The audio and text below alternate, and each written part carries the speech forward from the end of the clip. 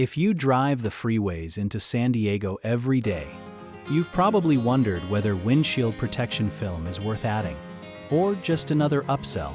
Film earns its keep for highway commuters, fleet vehicles, and anyone running gravel or construction routes regularly.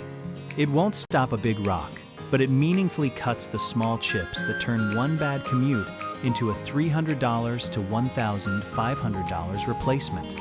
If you're mostly driving slow city streets in a garage-kept car, you can probably skip it. Here's the detail most people miss.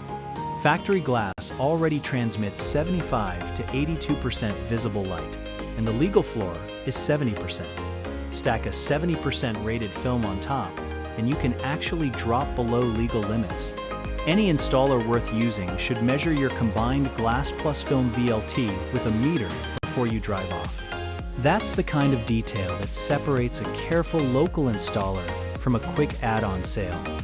Speedy Windshield Repair San Diego measures it every time, backs the work with a lifetime workmanship warranty, and comes to you for a free quote.